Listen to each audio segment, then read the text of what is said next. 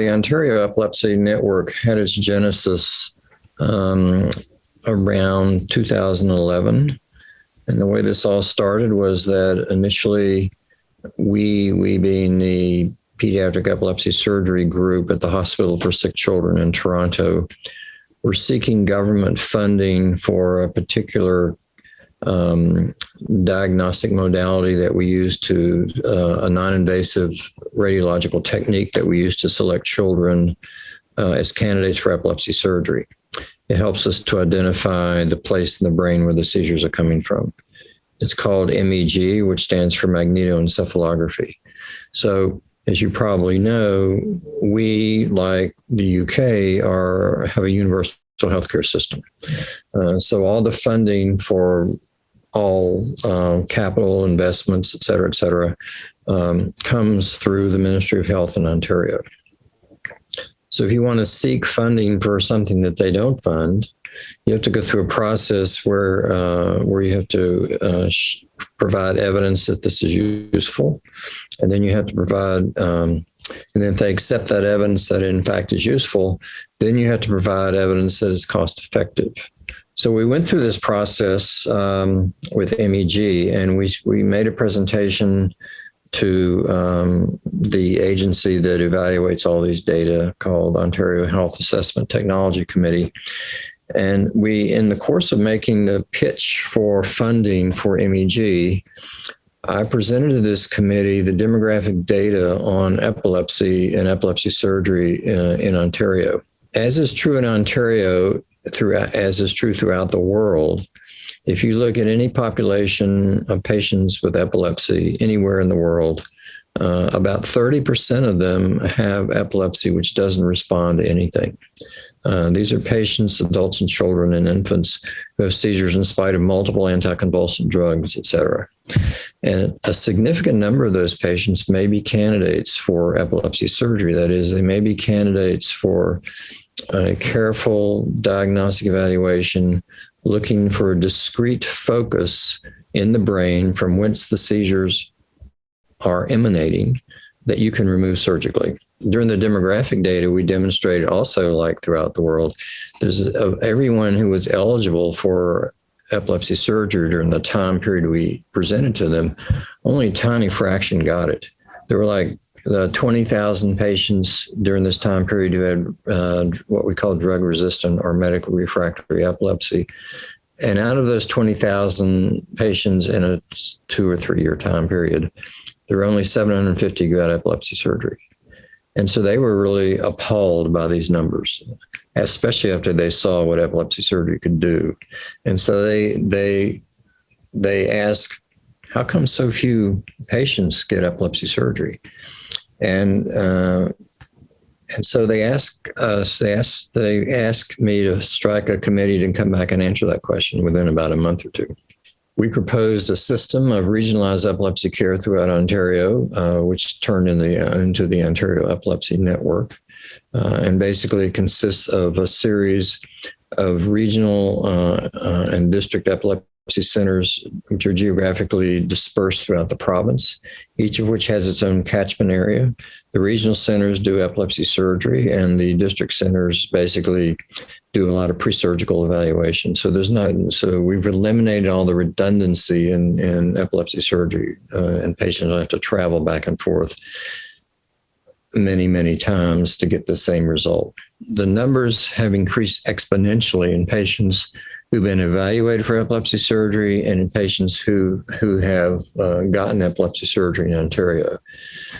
Of course, COVID has tossed a monkey wrench into things, and now there's this at least year-long hiatus in this trend that was going up for epilepsy surgery. We're hitting the ceiling now. Before COVID hit, it was becoming apparent to me that all the infrastructure's there to create a model where anybody who requires epilepsy surgery or has complex epilepsy can get cared for and get access to surgery. Where the Project ECHO obviously takes time to understand how effective a knowledge translation program is, but our preliminary data are pretty hopeful. We've had trouble connecting with two groups. First of all, I felt certain that when we started this, based on Sanjeev's model, that we would connect with family practice doctors throughout Ontario, because one of the big areas we've not been very successful in was reaching people in the far north, especially First Nations people who live way north in Ontario.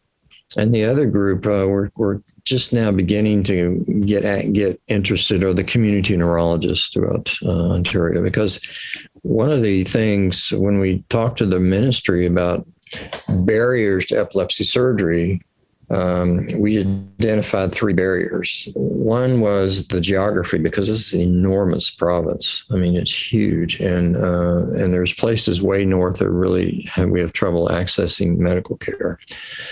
The second problem was the fact at that time, like so many places, certainly in the States, epilepsy care is a crapshoot, right? So if you have a seizure or 2 seizures, you have a diagnosis of epilepsy, you go to the emergency room, they don't know what to do. They may or may put you on a right drug.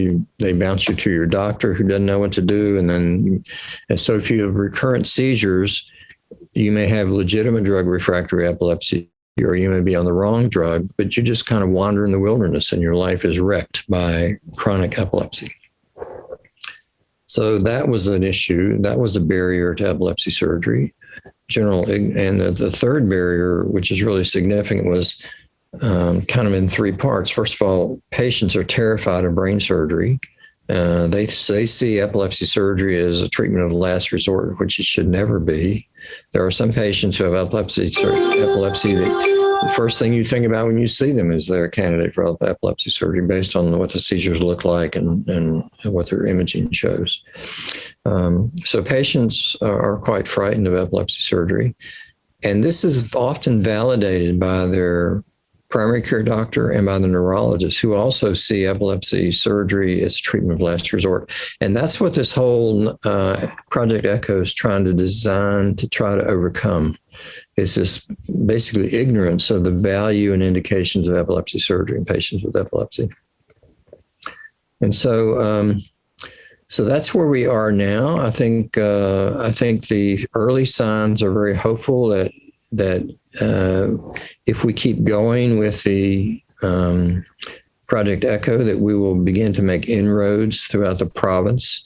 We have begun to work with First Nations people to try and identify how best to help them. But the one problem I see on the horizon here, which was kind of forestalled by COVID, is I think we're beginning to hit the ceiling in terms of numbers of neurosurgeons and operating room time as our epilepsy surgery volumes go up. It's really quite unique in my experience to have this kind of cohesive, seamless, multidisciplinary group that we have, including government, providing end-to-end epilepsy care from the simplest to the most complex, which is guideline-driven, government-funded, with a really robust knowledge translation program. So just this year, we've expanded the ECHO. We now have a Project ECHO epilepsy across the lifespan curriculum for neurology residents in the province of Ontario. There are many neurology training programs in the province, and one of the problems with community neurologists not understanding the value of epilepsy surgery is they don't get into training, and so we're addressing that.